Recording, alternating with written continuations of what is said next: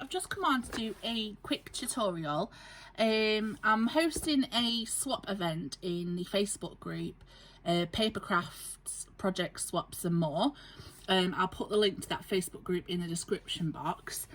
And I put an announcement out to sort of gauge what people wanted to do, what they're looking to do for swaps and things.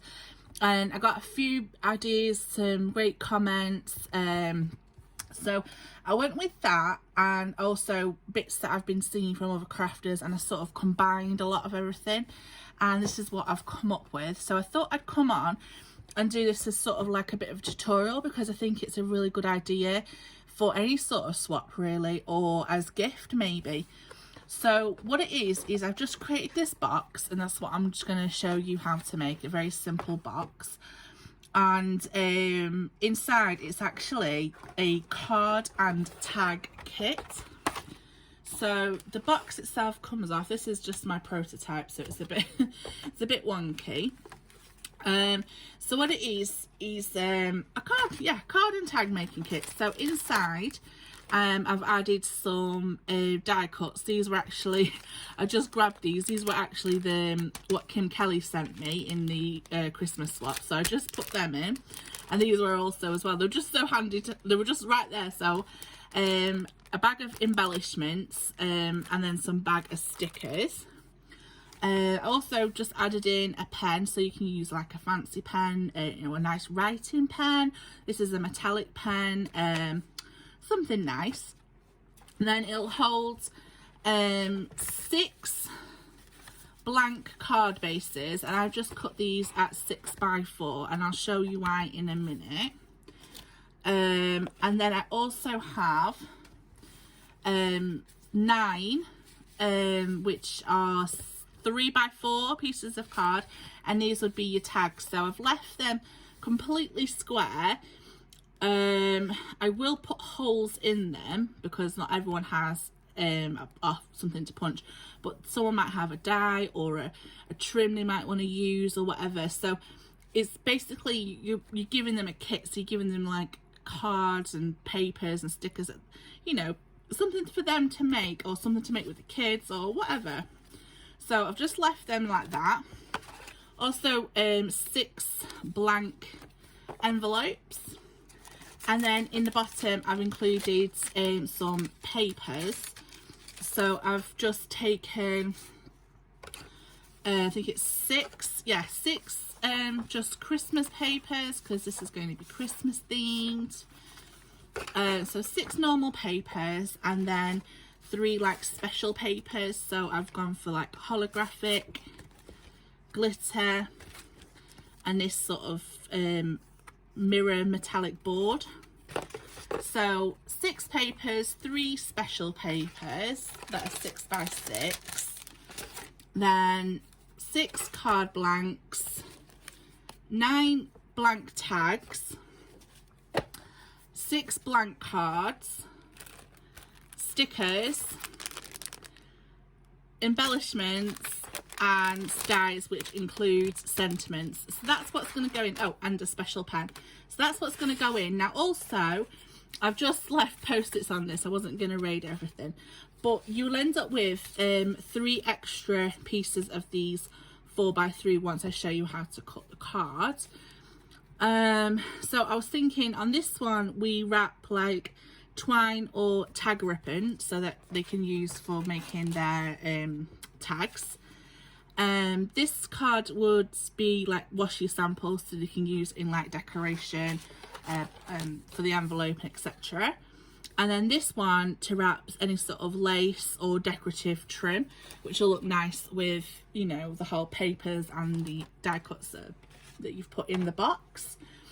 So firstly, I just want to show you how I made the cards. Now I did this 3 times. So I used 3 lots of 12x12 papers, and all I did is I've got my 12x12 paper, and I chopped it to 6. Then the 2 6s I then turned and I chopped them down to 8. Oops. So they're now my card blanks. So put a score down on the 4-inch side, and they become my cards. So I've now got 2 cards. Then I'm left with these 2 pieces. I put them together on the 6-inch side, and I chop them at 3 inches. I'm trying to line them up together, cut them together. So that gives me 4 3x4 cards. So then I just use 3 of them for my tags, and then 1 of them to use as a sample card. So that is how I did my blank cards and tags. Now let me just show you how I made this box. And I made this box so that it could fit in the 6x6 papers, and you could even, you know, when you put that in, you could still got room if you want to add a topper, and also to the other things. So there's plenty of room in there. You can even add a little chocolate in, or a candy or whatever. So I've already pre-cut and pre-scored my papers, but you basically need a lid and a base, and the lid measures 9.5 by 9.5, and then you want to score 1 inch on all 4 sides. So I'm just going to burnish these down now. That's where I've ended up at. And I'm just going to show you another method of sticking it all together. So I'm just going to cut my tabs. Now, when I'm making boxes, I just like to cut out the score line. And what I want to do is create tabs so that they go around each other. So this one will connect to this one connects to this one, rather than having them bulky on one side of the box.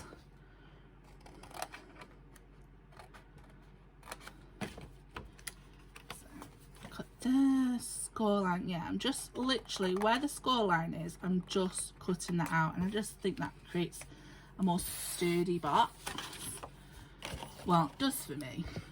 So anyway, the base, this one is a 10.5 by 10.5, and then you want to score at 1.5 on all 4 sides. I will link the measurements in the description box as well, just in case you just want to skip to them. But it is just a simple box. And I'm just going to cut the score line out of them. So as you can see, all I've done is literally where that makes the mark, and then I'm just left with a little gap.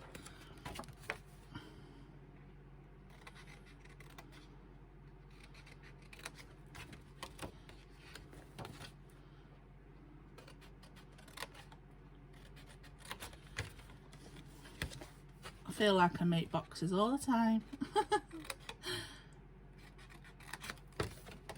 There we go. Right, so I'm just gonna get my glue, and I always make the base of my box first. So this is just gonna be a quick job, and when I've glued it, I like to then pinch the corner of my box just to give it a bit more, I want to say rigidity, but that's probably just a complete and utter made up word in my head. It's getting really dull here. Really dull. Clouds are coming, the rain was coming. I think the wind was carrying the rain yesterday. Oh my gosh. Like I say, I am just doing this rough and quick. I didn't put my hot glue gun on, otherwise I would have used my hot glue gun. But when I do make boxes, I do like to use the wet glue. Right, so that is the base of your box put together.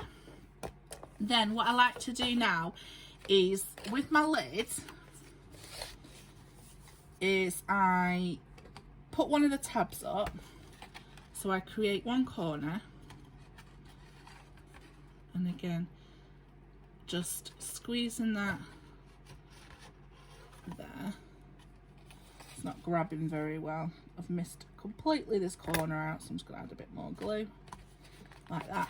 And then I put the lid on my box, and then I glue it while it's already in place. That way I know for sure my lid is going to fit to the base of my box. But it does take a little bit of a moment.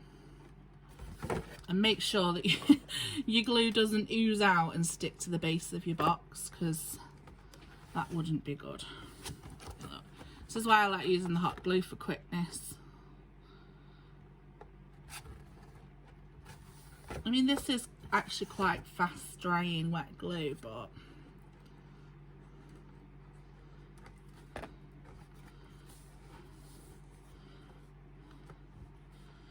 yeah, this is just a little idea. I think it was Caroline that gave me the inspiration to do some sort of kit, and then I seen Wendy Lee.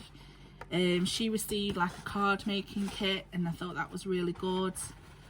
Right, so now that we know where it's sticking, I'm just going to add a little bit more pressure to some of them corners. Try not to move it out of place. And there we have it. A box that will fit in a card making kit. Like I said, I mean, you can put whatever you like in. This is just what I've come up with and what I'm going to add in the description for the swap for the Facebook group. So yeah, I think the lid is very nice and big, can be nicely decorated, and of course, we can do Christmas, you can do Valentine's, birthday boxes, anything that you're going to require a card or tag for. And it's nice to have them matching, so for sending a card you get a matching tag and things like that. You could make them up for your friends, if they want to have a go at making their own cards to send out to their family members, etc. Just thought it was a really good idea, so I thought I'd come on and share it with you. Alright guys, take care, and I hope to see you again soon. Bye.